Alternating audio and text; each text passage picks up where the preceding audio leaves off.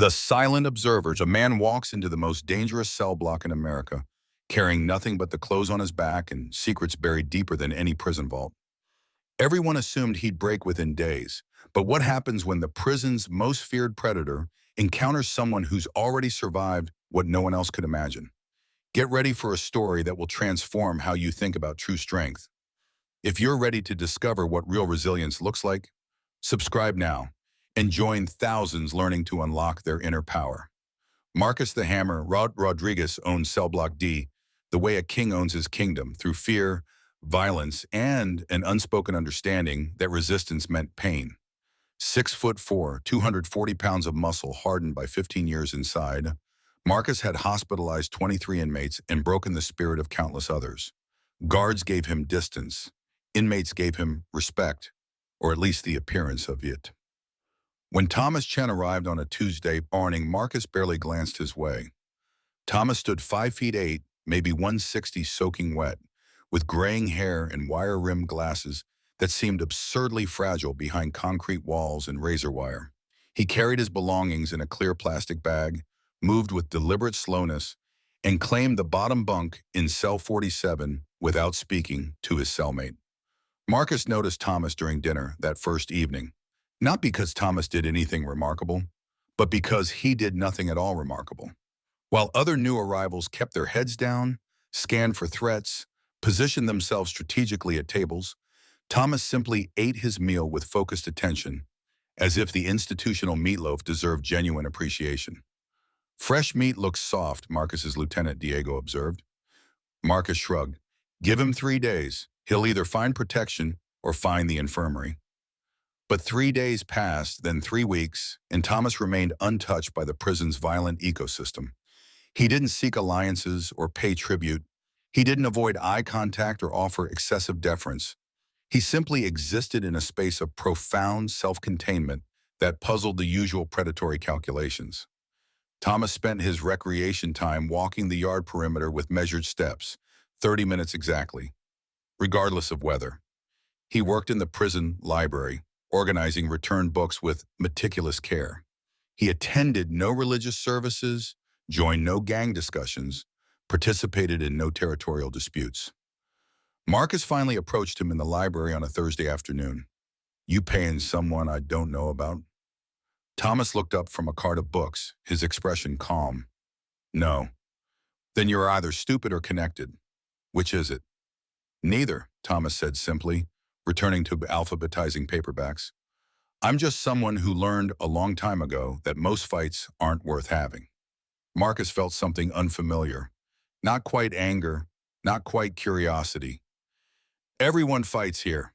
It's how things work. Thomas paused, meeting Marcus's eyes with unexpected steadiness. That's one way to live? The conversation ended there, but something had shifted in the careful mathematics of prison hierarchy, though neither man fully understood it yet. The first challenge.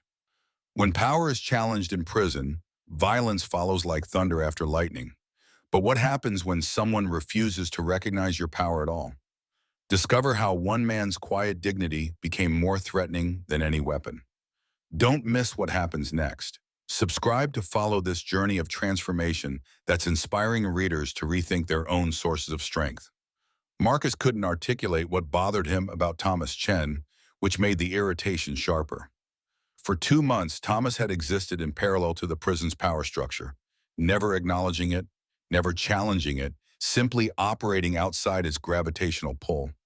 This invisible defiance gnawed at Marcus more than any direct confrontation ever had. He thinks he's better than us, Diego suggested during their morning workout. But that wasn't it. Thomas didn't project superiority. He projected something else, a completeness that required nothing external, no validation from the hierarchy Marcus had spent 15 years constructing. It was infuriating precisely because it wasn't personal. Marcus decided to make it personal on a Wednesday morning in the shower block. These confrontations followed predictable scripts: establish dominance, extract submission, reinforce hierarchy. Simple, effective, necessary. Thomas was alone, washing methodically, when Marcus entered with Diego and 2 others. The smaller man glanced up, registered the situation, and continued rinsing soap from his hair without apparent concern. "We need to talk about respect," Marcus said, positioning himself to block the exit. "All right," Thomas replied, turning off the water. He reached for his towel with unhurried movements. "You think you're special? Different from everyone else here?" Thomas dried his face carefully. "No, I think I'm exactly like everyone else here, trying to get through each day with whatever tools I have." "Your tools?" Diego laughed. "Old man, you got nothing." "Everyone has something," Thomas said quietly. He wrapped the towel around his waist, still showing no fear, no submission, no recognition of the physical threat surrounding him. "Marcus, I know what you want. You want me to be afraid, to acknowledge your power, to fit into the structure you've built. I understand that. It makes sense within a certain worldview." Marcus stepped closer, muscles tensing. "You talk too much." "Perhaps." Thomas met his eyes with that same unnerving calm. "But before you do what you're planning, I'll tell you one thing. I've survived experiences that would break most men. I've watched people I love die in ways I can't forget. I've faced fear so absolute it burned away everything except what was essential. You can hurt this body, I know you can, but you can't touch what matters, because I've already lost everything that could be taken from me." The words hung in the humid air, and Marcus felt something unfamiliar. Doubt. Not about his physical ability to dominate the smaller, older man, but about whether doing so would accomplish anything meaningful. "You're not even scared," Marcus said, almost wondering.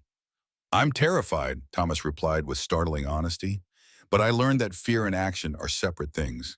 You can feel everything and still choose your response." Marcus's fist was already in motion when Thomas closed his eyes, accepting what was coming without resistance or theatrical bravery. The punch never landed. Marcus's hand stopped inches from Thomas's face, trembling with conflicting impulses. "Damn it," Marcus whispered. He lowered his hand and walked out, leaving Diego and the others confused in the shower block's harsh fluorescent light. The unveiling, sometimes the most dangerous thing in prison, isn't violence. It's truth. When Marcus begins asking questions, Thomas's past starts emerging, revealing why some wounds make you fragile while others make you unbreakable. Subscribe now to discover the revelation that changes everything and learn how past pain can become unexpected strength. Marcus couldn't sleep that night. He'd exercised power through violence for so long that mercy, or whatever had stopped his fist, felt like a structural failure in his identity. At 2:47 a.m., he found himself standing outside cell 47, watching Thomas sleep with the same measured breathing the man brought to everything. "Can't sleep either?" Thomas's voice came softly from the darkness. "Thought you were asleep." "I rest differently now. Sleep lightly. Old habits from another life." Thomas sat up slowly. "You want answers." It wasn't a question. Marcus found himself nodding in the dim light filtering from the corridor. "Who are you?" "That's complicated. Who I was, who I became, who I'm trying to be. They're different people." Thomas swung his legs off the bunk. "But I suppose you've earned some explanation after showing restraint this morning."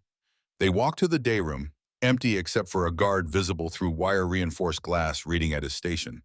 Marcus waited while Thomas seemed to organize his thoughts with characteristic deliberation. 18 years ago, I was a surgeon in San Francisco, trauma specialist. I worked 80-hour weeks, saved lives, believed I was essential. Thomas's voice remained steady, clinical. My wife, Jennifer, was a teacher. My daughter, Lily, was 7 years old, smart, funny, impossibly kind. We had dinner together every Sunday, no matter what. That was our rule. Marcus felt the past tense like a physical weight. One Sunday, I was stuck in surgery, a teenager with a gunshot wound to the chest. Critical. Jennifer and Lily were driving to my parents' house for dinner. Thomas's hands, usually so controlled, tightened against the table. A drunk driver crossed the median on Highway 101. They died instantly. The police assured me they felt no pain, as if that mattered, as if anything could matter after that. "Jesus," Marcus breathed. "I stopped being a surgeon. I started being someone who wanted not to exist, but couldn't find the courage to take active steps. I drank. I made catastrophically bad decisions. Eventually, I made the decision that put me here. Embezzlement from the hospital's research fund to pay gambling debts. Stupid, self-destructive, almost deliberate. Thomas looked directly at Marcus. You asked in the shower if I was scared. I was being honest. I'm scared constantly. But it's background noise now, like tinnitus. You learn to function despite it, or you don't function at all. I chose function. Marcus absorbed this, recalibrating his understanding. That's why you don't care about the power structure here. You've already lost everything worth protecting. Not quite, Thomas corrected gently. I've lost everything I thought defined me. What remains is either worthless or indestructible. I'm still determining which. How do you live like that? Without fighting for something? I fight constantly, Thomas said, just not against other people. I fight against the pull toward darkness, against meaninglessness, against the belief that loss defines everything. Those fights are harder than any physical confrontation. Marcus sat back, something shifting in his chest, a recognition, perhaps, of battles he'd never acknowledged fighting. The way you walk the yard, the library work, that's all fighting? Everything is fighting when you're trying to build meaning from rubble, Thomas confirmed. Discipline isn't about controlling others. It's about maintaining structure when everything internal wants chaos. For the first time in 15 years, Marcus wondered if he'd been fighting the wrong battles entirely. The education true power isn't taught in prison yards. It's discovered in unexpected conversations. As Marcus begins learning from Thomas, both men start understanding that strength has nothing to do with what you can take from others. Join our community of readers discovering real transformation. Subscribe to see how two unlikely allies begin changing each other's lives. The relationship developed gradually, almost invisibly to other inmates. Marcus began appearing in the library during Thomas's shifts, initially maintaining the pretense of simple territorial oversight, then abandoning pretense entirely. They spoke about books Thomas organized, philosophy, history, psychology texts that had sat unread for years. Epictetus was a slave, Thomas explained one afternoon, shelving a worn paperback. He taught that no one can take your inner freedom. External circumstances are meaningless compared to how you interpret them. Slave philosophy sounds like excuse-making, Marcus challenged, or it's wisdom born from necessity. Thomas handed Marcus the book. When you can't control anything external, you either master internal control or go insane. He chose mastery. Marcus thumbed through pages, skeptical but curious. And that works? Just deciding external stuff doesn't matter? It's more nuanced. External circumstances matter, but your response matters more. You can't control what happens. You can control who you become in response. Thomas resumed shelving. You've spent 15 years controlling external circumstances here. Who has power? Who gets hurt? How resources distribute? Has it made you free? The question landed like a physical blow. Marcus realized he'd built an empire of control while feeling progressively more trapped within it. Every display of dominance required maintenance. Every threat needed follow-through. The structure demanded constant energy, constant vigilance, constant violence. I'm respected, Marcus said, hearing the defensiveness. You're feared. It's different. Fear is exhausting to maintain. Respect is freely given. Over weeks, their conversations deepened. Thomas shared techniques he'd learned after his family's death. Meditation practices, cognitive reframing, the art of finding meaning in routine. Marcus found himself walking the yard perimeter at Thomas's pace, matching the older man's measured breathing, experiencing something unprecedented. Quietness without anxiety. Why help me? Marcus asked during one of these walks. I almost hurt you. I've hurt lots of people. Thomas considered this. Because you stopped. That moment in the shower block, you made a choice against every instinct and social pressure. That choice revealed something more essential than your violence ever did. I recognized it because I've lived on both sides of that decision. I don't feel different. You are, though. You're asking questions, real ones, not rhetorical challenges. You're examining your life instead of defending it. That's how transformation begins, not with dramatic revelation, but with genuine curiosity about whether your current path serves your deepest needs. Marcus absorbed this. And if it doesn't, then you choose differently, one decision at a time. Not explosively, not performatively, just consistently choosing the person you want to become over the person you've been. Thomas smiled slightly. It's harder than any physical challenge you've faced. Diego noticed the changes first. You're going soft, Marcus. Spending all that time with the old man. People are talking. Marcus looked at his longtime lieutenant with new eyes, seeing the fear beneath aggression, the insecurity driving dominance displays. Let them talk. That's not how this works. Maybe how it works needs to change, Marcus interrupted quietly. Maybe I'm tired of maintaining something that never made me happy. Diego stared, uncomprehending, then walked away, shaking his head. Marcus felt the first cracks forming in his empire and discovered he didn't care to repair them. The crisis, when violence erupts in Cell Block D, Thomas's hidden past becomes impossible to conceal. In moments of chaos, we discover who people truly are and what they're truly capable of protecting. This chapter changes everything. Subscribe now to witness the revelation that transforms the entire prison hierarchy and discover your own capacity for unexpected courage. The riot started during evening recreation triggered by territory disputes between rival factions that had simmered for months. What began as a confrontation between two inmates exploded into generalized violence as old grievances surfaced. Guards retreated behind secure doors, waiting for tactical teams while chaos consumed the common area.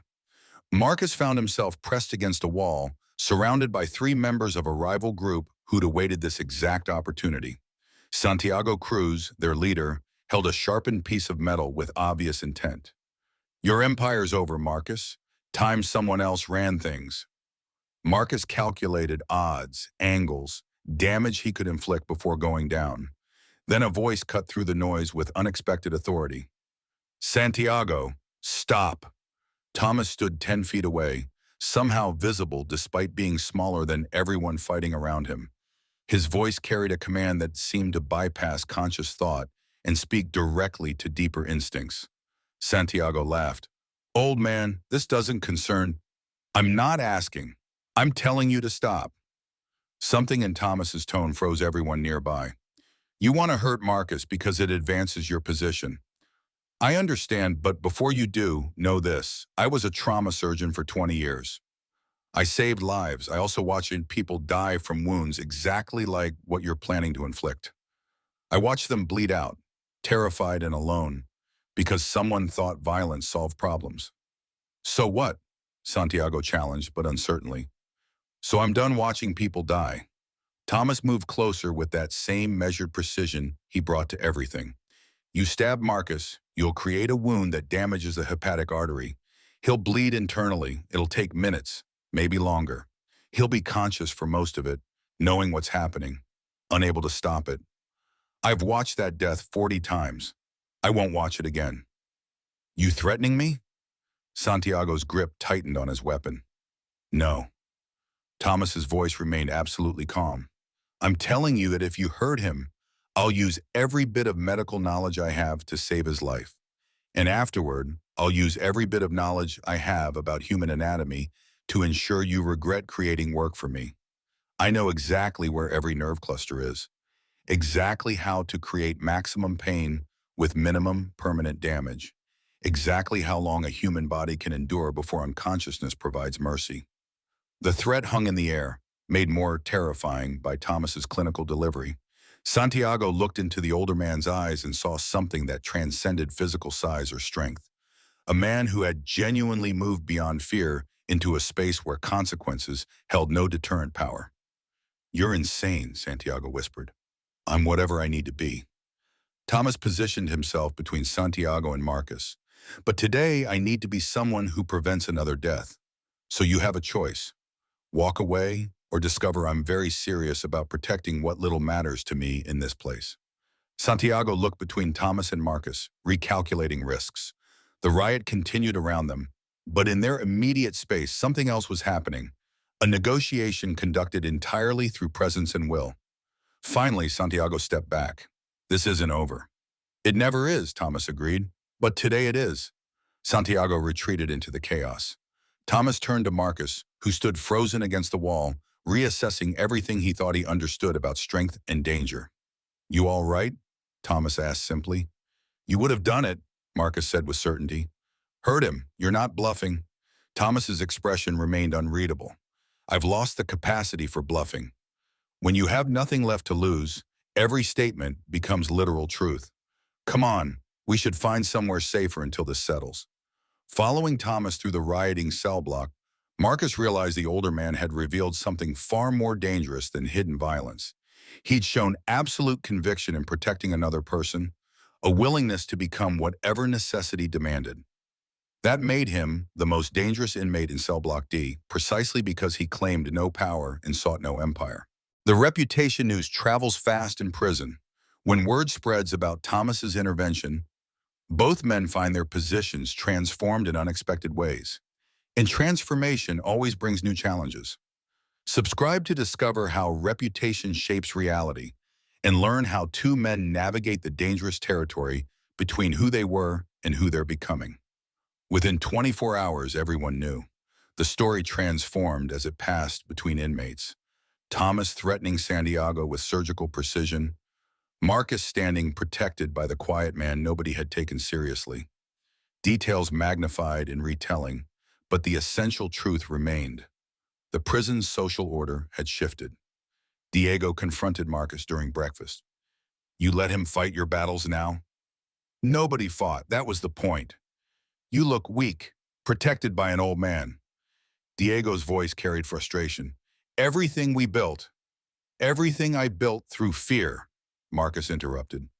"And fear's exhausting, Diego. I'm tired." "So what, you're retiring? Just stepping aside?" Diego's hands spread in disbelief. "That's not how this works." Marcus looked at his lieutenant, seeing younger versions of himself, the aggression masking insecurity, the violence substituting for identity. "Maybe I'm figuring out how it should work instead." Diego walked away, and Marcus knew his empire was crumbling. Surprisingly, he felt relief more than loss. Thomas faced different complications. Inmates who'd previously ignored him now approached with careful respect. Some sought advice. Others tested boundaries, uncertain whether his threat to Santiago represented genuine danger or theatrical bluff. Marcus found Thomas in the library Wednesday afternoon, organizing books with usual precision while a small group watched from nearby tables. "You've got an audience," Marcus observed. "People are curious. They want to categorize me, predator or prey, threat or ally. My refusal to fit existing categories makes them uncomfortable." Thomas shelved another book. "I preferred invisibility." "Too late for that. Santiago's not done either. You embarrassed him publicly." "I know." Thomas showed no apparent concern. "But some things matter more than safety. You matter more." That surprised me as much as anyone. Marcus felt unexpected emotion tighten his chest. "Why? Why do I matter?" Thomas paused, considering his answer carefully. "Because you stopped. That moment in the shower, you chose differently despite everything encouraging violence. That choice means you're capable of transformation. And transformation is the only thing that matters in a place designed to keep people frozen in their worst versions." "I've done terrible things," Marcus said quietly. "Hurt people. Enjoyed hurting people."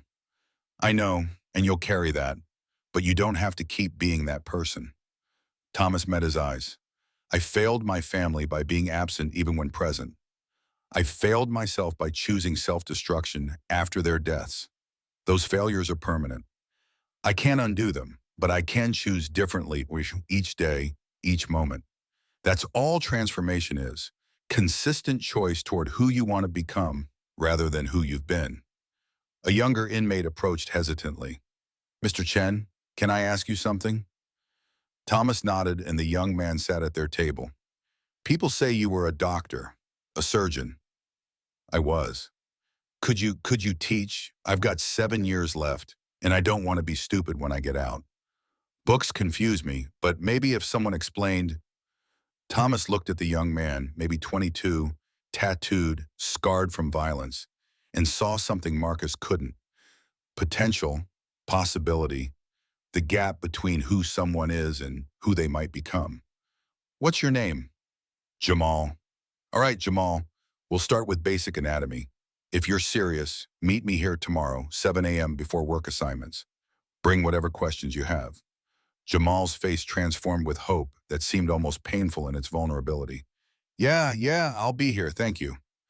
After Jamal left, Marcus smiled slightly. You're starting a school now? I'm giving people alternatives to violence. That's all education ever is. Thomas resumed shelving. Besides, teaching gives me purpose. Purpose makes days bearable.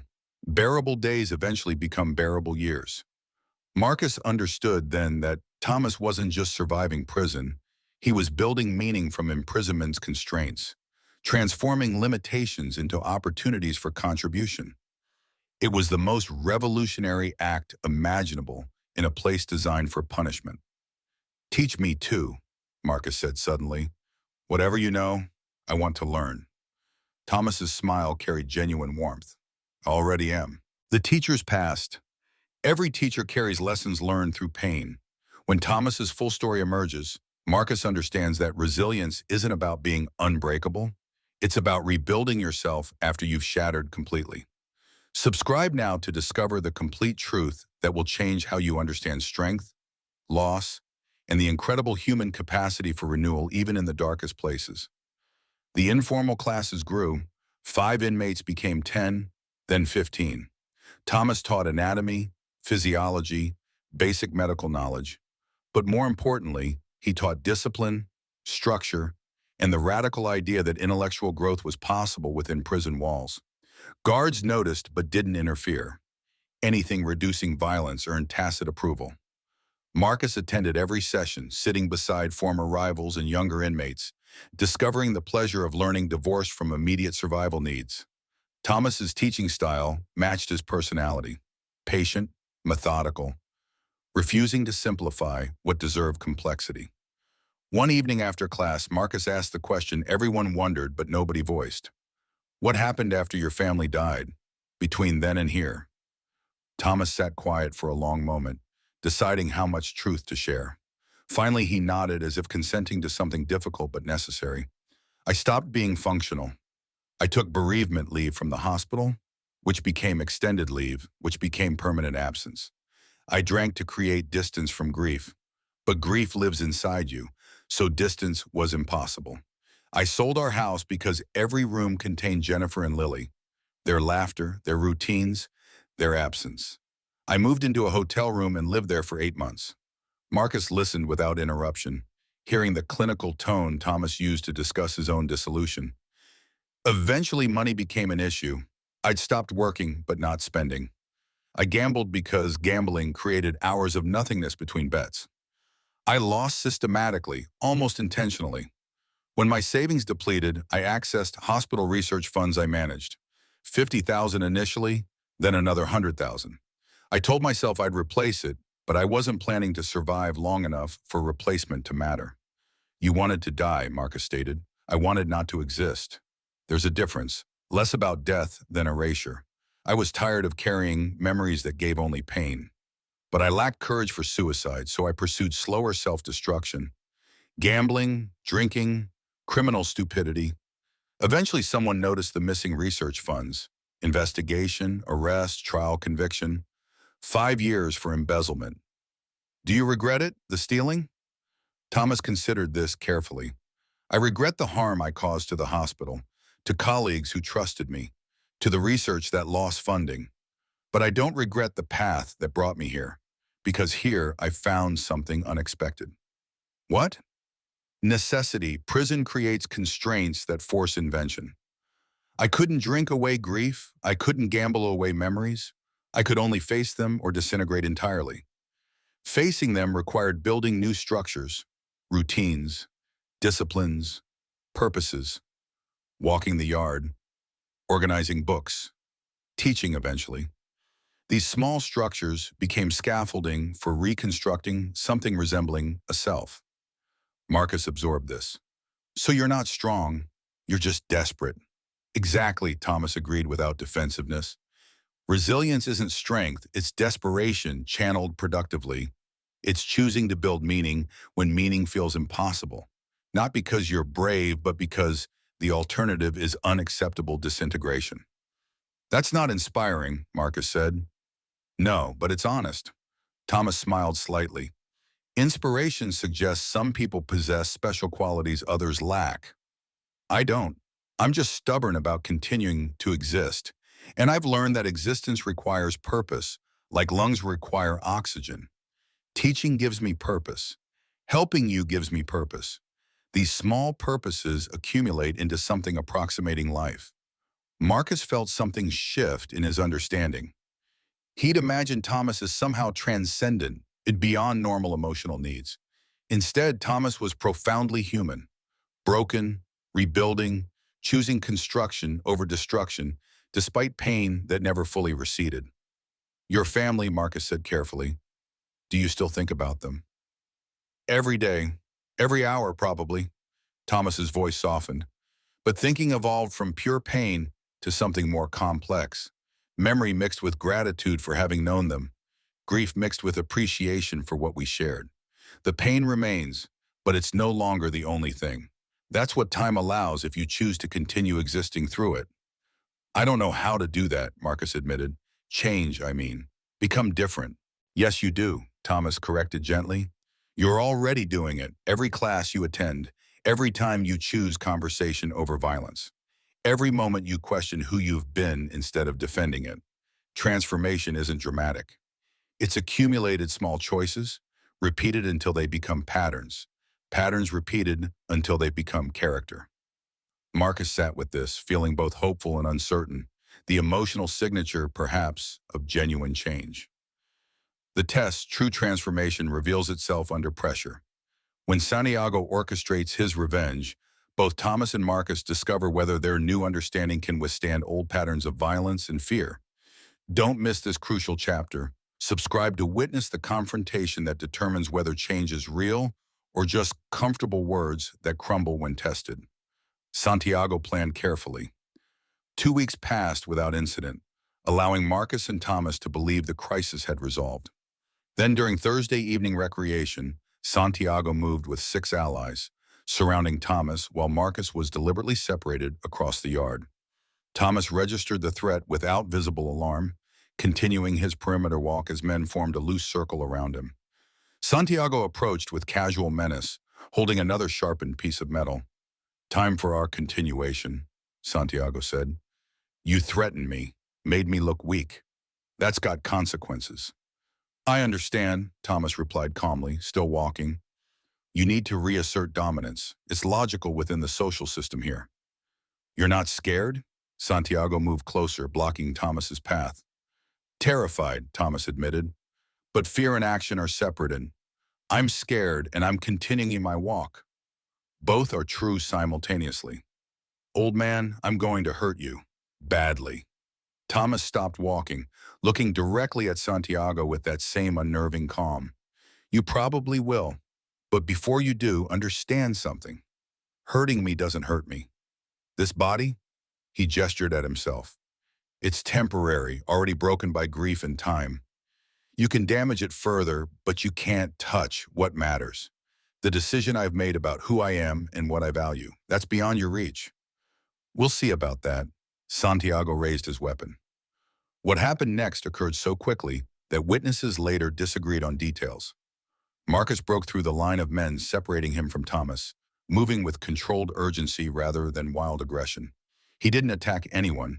He simply positioned himself between Santiago and Thomas, hands raised in a gesture of pacification rather than threat. Santiago, don't. Marcus, Santiago's face showed calculation. This doesn't concern you anymore. You gave up your power. You're nothing here now. You're right, Marcus agreed, shocking everyone, including himself. I have no power, no empire, no fear-based authority. But I have something else, a choice about who I want to be. And today I choose to be someone who protects a friend. You'll have to go through me. That can be arranged, Santiago said coldly. I know, but understand what that means.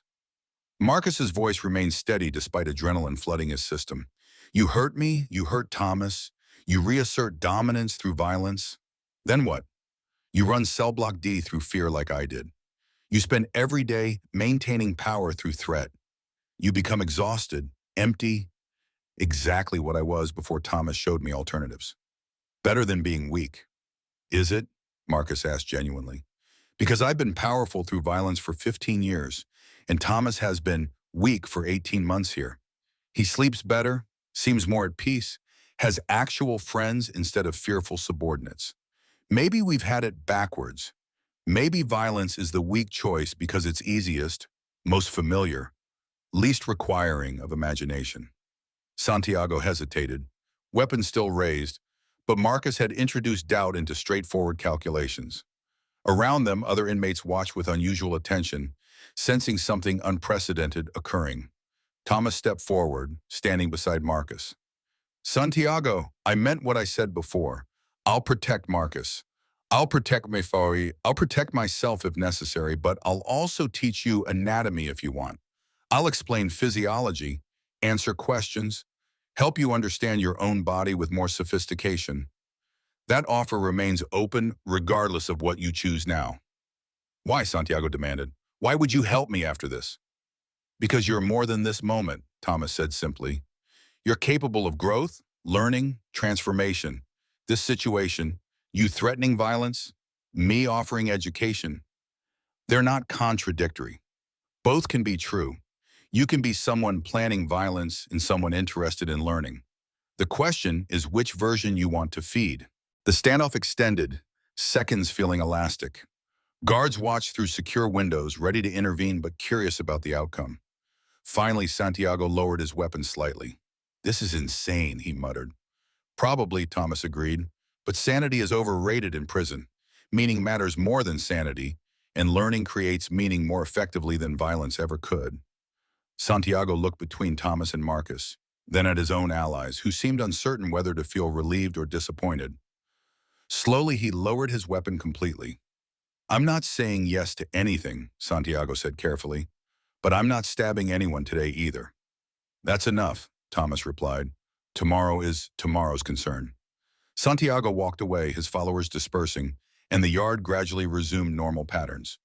Marcus released breath he hadn't known he'd held, turning to Thomas with wide eyes. That was either brilliant or insane. Both, Thomas confirmed, resuming his walk as if nothing had occurred. Most worthwhile things are. The ripples change in prison spreads like cracks through ice, slowly at first, then accelerating with unexpected momentum. As more inmates seek alternatives to violence, Thomas and Marcus discover that transformation is contagious, and teaching becomes the most revolutionary act possible. Subscribe now to witness the movement that changes an entire cell block, and discover how small acts of teaching and learning can transform even the hardest places. Santiago appeared at the library the next morning, 7:03 a.m., trying to project casualness that didn't quite mask uncertainty. Thomas looked up from arranging chairs and nodded as if this arrival was completely expected. You're late, Thomas observed mildly. Class starts at 7 sharp. I didn't say I was coming to class. And yet here you are at 7:03 a.m. in the library where class meets. Thomas gestured to a chair. Sit wherever you're comfortable.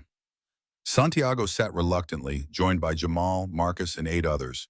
The class had grown weekly, becoming an unofficial institution within Cell Block D's informal structure. Thomas began with his usual methodical approach, explaining circulatory systems using hand-drawn diagrams that demonstrated remarkable artistic skill. Blood moves through the body in a complete circuit, Thomas explained, sketching arteries and veins. Oxygen-rich blood from the heart to organs, oxygen-depleted blood returning. Understanding this circulation explains why certain wounds are fatal, while others, though dramatic, are survivable. Why are we learning this? An inmate named Derek asked. Because understanding how bodies work changes how you inhabit yours. You make different choices when you understand consequences mechanically rather than abstractly. Also, Thomas added, knowledge is freedom. Nobody can take what you learn. Not guards, not other inmates, not circumstances. The class continued for 90 minutes. Santiago remained silent, listening with visible concentration. When others dispersed, he lingered while Thomas organized materials. That stuff you said yesterday, Santiago began awkwardly, about me being more than one moment. You really believe that? Completely. You're a collection of choices, not a single defining action. Yesterday you chose violence, then you chose restraint, then you chose to appear here today. Three different choices, three different versions of who you might become. You get to decide which version you feed with attention and energy. Santiago absorbed this. And you'd actually teach me? After I tried to stab you? I'm teaching you now, Thomas pointed out. The past matters, but it doesn't determine everything. You're here asking questions, engaging with ideas instead of threats. That's already different than yesterday. Over subsequent weeks, the transformation accelerated. Santiago became a regular student, grudgingly admitting interest in medical knowledge. Other inmates who'd maintained positions through violence began attending, curious about alternatives. The library became neutral territory where usual hierarchies temporarily suspended. Marcus watched this evolution with amazement. The power structure he'd maintained through fear for 15 years was dissolving, replaced by something more organic. A community based on shared learning rather than enforced dominance. Violence still occurred, but with decreasing frequency. Disputes increasingly resolved through conversation rather than confrontation. You're building something, Marcus told Thomas during their yard walk. A different kind of power. Not power, structure. People need structure, purpose, belonging. Violence provided those things ineffectively, but it provided them. Learning provides them better, creating growth instead of maintenance, building capacity instead of enforcing submission. The guards notice. They're talking about formalizing what you're doing, making it official. Thomas frowned slightly. Officialization could destroy it. This works because it's organic, chosen, free from institutional control. Making it formal introduces hierarchy, evaluation, grades, all things that transform learning into performance. But it could reach more people. Maybe. Or maybe it becomes another system to resist rather than a space for genuine growth. Thomas considered this dilemma carefully.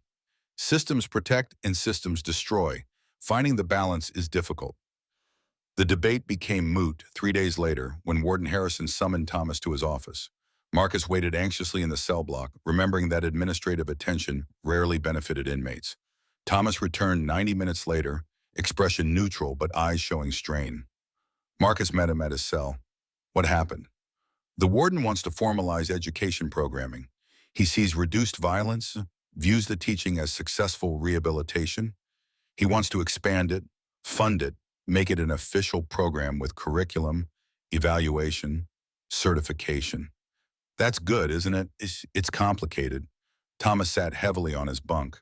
It provides resources, books, materials, official recognition.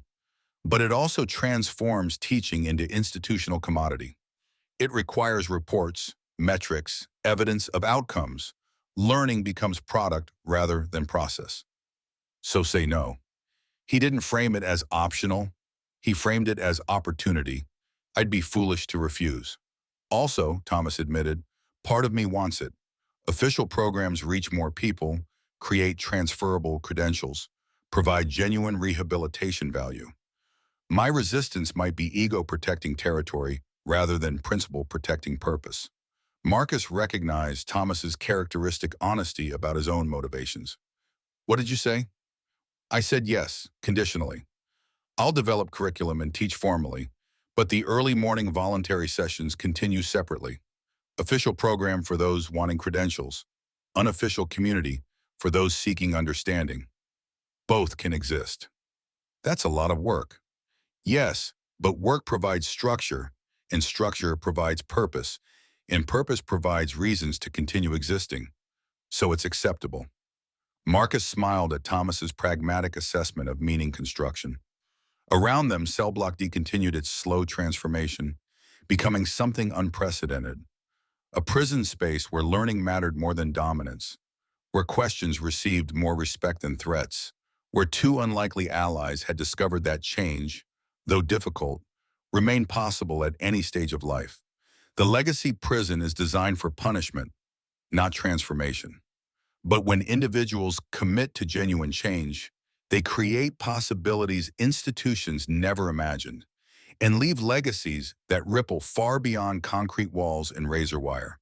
Subscribe to discover the powerful conclusion that reveals how two men transform themselves and their environment and learn how you can apply these same principles to create change in your own life wherever you are. 18 months after Thomas's arrival, Cell Block D functioned differently than any comparable facility. Violence statistics dropped 47%. Medical emergencies decreased. Inmates engaged in voluntary education at unprecedented rates. The official program enrolled 83 students. Thomas's unofficial morning sessions continued serving 20 to 30 regulars, including Santiago, who developed unexpected aptitude for biology.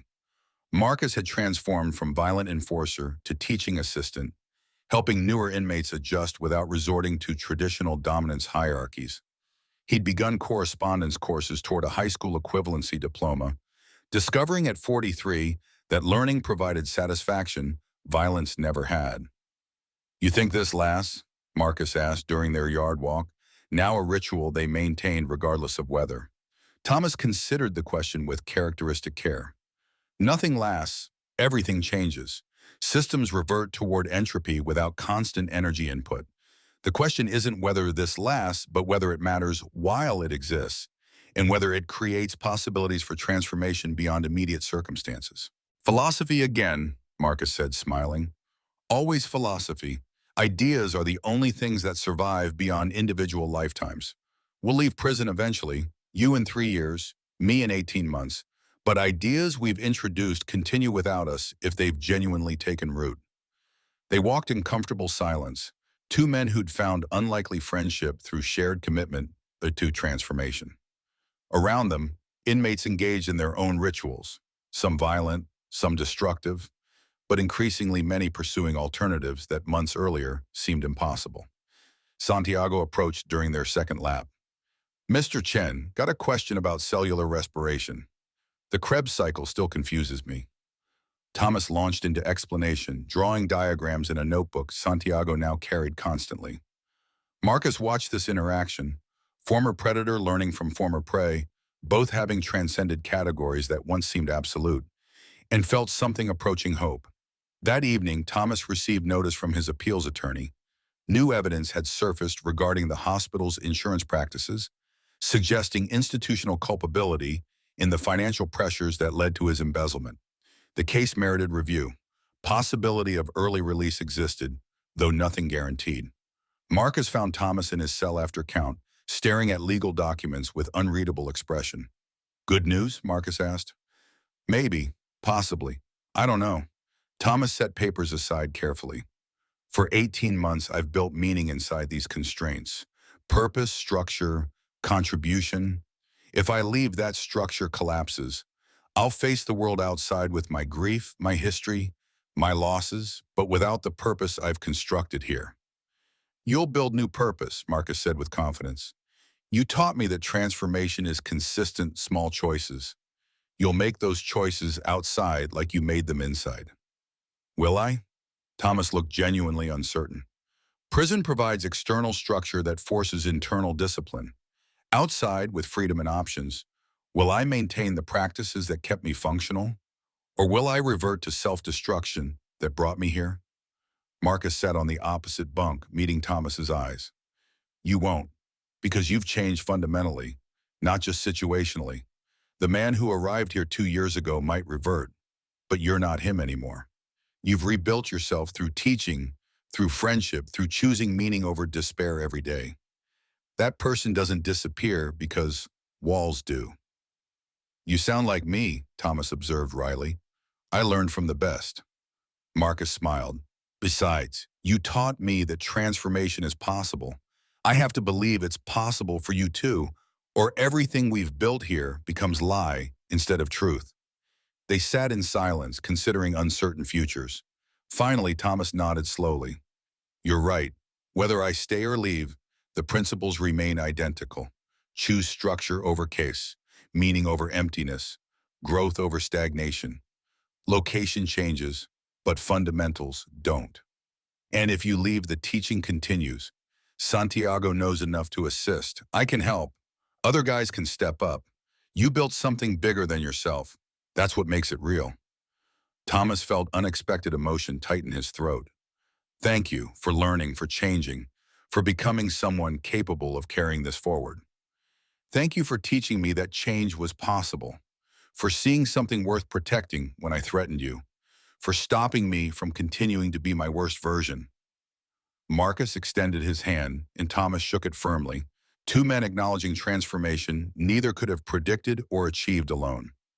6 weeks later, Thomas's conviction was overturned on appeal. He left cell block D on a Tuesday morning, carrying the same plastic bag of belongings he'd arrived with, now supplemented by letters from students expressing gratitude for education that exceeded curriculum. Marcus walked him to processing, feeling loss mixed with pride. "What will you do?" Marcus asked. "Honestly, I don't know. Maybe find clinical work again, though my license requires reinstatement. Maybe teach in different contexts. Maybe just continue walking, building meaning one small choice at a time." Thomas paused. "What matters is continuing to choose construction over destruction, growth over stagnation. The specifics matter less than the direction. Write me, let me know you're okay." "I will. And Marcus, you'll be out in 3 years. When you are, you'll face the same questions. Who to become outside these walls. Remember everything you have learned. Remember that transformation is possible but not inevitable, chosen but not automatic. You'll need to decide deliberately, repeatedly, consistently who you want to become." "I will," Marcus promised. They embraced briefly, awkwardly. Then Thomas walked through the final security checkpoint into sunlight and freedom. Marcus watched him disappear, feeling grief and hope intermingled, the emotional signature of genuine transformation. He returned to cell block D, where Santiago waited with questions about cellular mitosis, where Jamal had organized morning class materials, where 23 inmates had gathered seeking knowledge instead of violence. Marcus stood before them, feeling simultaneously inadequate, incapable, uncertain and determined, ready to continue teaching what Thomas had taught him. That transformation begins with choosing differently, persists through consistent practice, and succeeds when we commit to building meaning from whatever circumstances contain us. "All right," Marcus said, picking up chalk. "Let's begin with cardiovascular systems. Blood moves through the body in a complete circuit, carrying oxygen, removing waste, sustaining life through constant circulation. Understanding this process changes how we understand ourselves." He taught, and in teaching, continued transforming. From violent enforcer to teacher, from destroyer to builder, from prisoner trapped in old patterns to human being creating new possibilities through committed choice. The lesson continued, and with it, Thomas's legacy. The radical idea that change remains possible anywhere, for anyone, when we commit to choosing deliberately who we wish to become rather than accepting who we've been. Thank you for joining this journey of transformation. If this story resonated with you, subscribe now to discover more narratives exploring resilience, change, and the incredible human capacity for growth even in the most challenging circumstances. Share your own transformation story in the comments. Your experience might inspire someone else's journey toward their best self.